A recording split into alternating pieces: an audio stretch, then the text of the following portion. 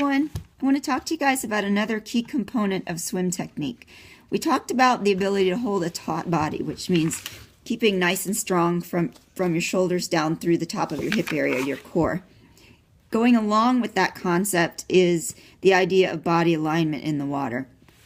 That means a couple different things. First thing it means is the way that you position yourself in the water.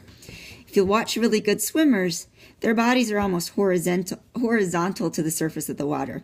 Whereas if you watch a swimmer a lot of times that seems to be struggling, one of the things that you often notice is that the lower part of their body is sinking. And they're having to use their upper body to pull themselves through the water. There's a lot of drag going on. It's much easier when your body is all in one line that it can work as a unit. So your legs, your arms, and your core can all work together and rotate side to side versus having to drag your feet along the water.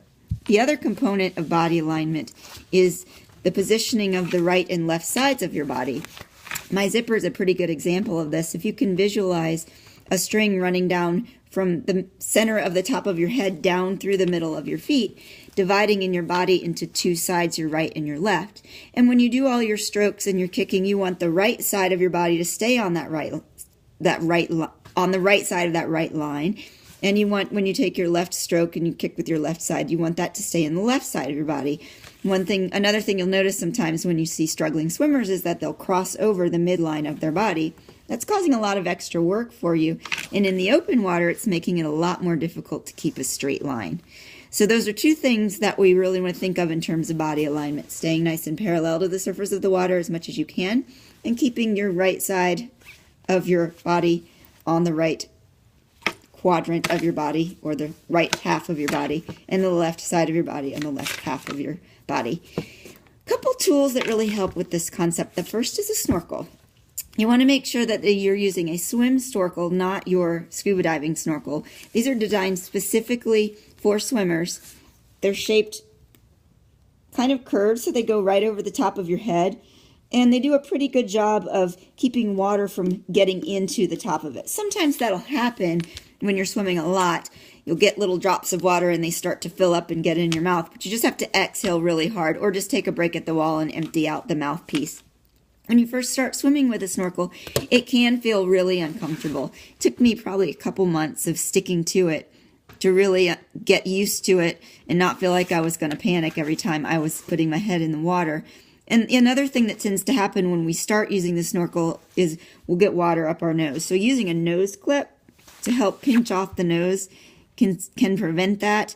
The thing you don't want to do when you first start using a snorkel, if you are somebody that flip turns, don't do the flip turn with the snorkel. There's definitely a skill to that. You really have to exhale hard as you flip turn.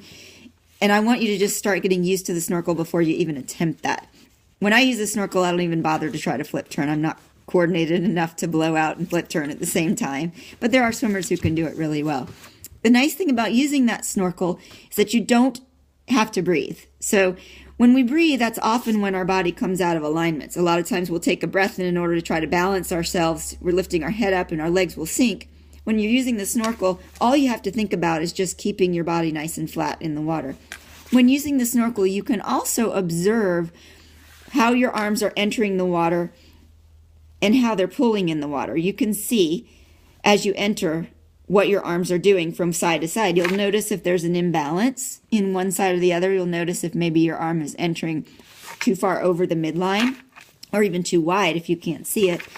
And then finally with that snorkel, you're almost forced to be in a proper head position, because if your head is too low, you're going to end up getting a lot of water in that snorkel, and you're not going to be able to see where your arms enter. And if your head is too high, same thing.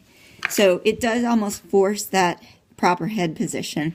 The second tool that really helps with body alignment is the buoy, or even better, is those lava shorts or sim shorts that a lot of companies are selling now. This is a really good time to look for a pair of those as they're having great sales.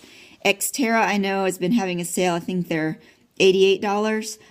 They're basically neoprene shorts that you wear, and they hold your lower body up in the position that they ideally should be. There's nothing wrong with using those to help your body feel what it needs to be doing in the water. If you're someone who's really struggling with that concept and feeling like your legs are just always dragging and nothing you do can help change that feeling, get the shorts and swim with them. When you're swimming with a wetsuit in the open water, that's exactly what the wetsuit does. It lifts you up. If you're like me and you get really cold in the pool in the wintertime, you can buy an extra wetsuit and even wear that. You don't have to do that. I'm just very, very cold-blooded. People will tell you I'm that swimmer with the wetsuit, at least for a little while in the water.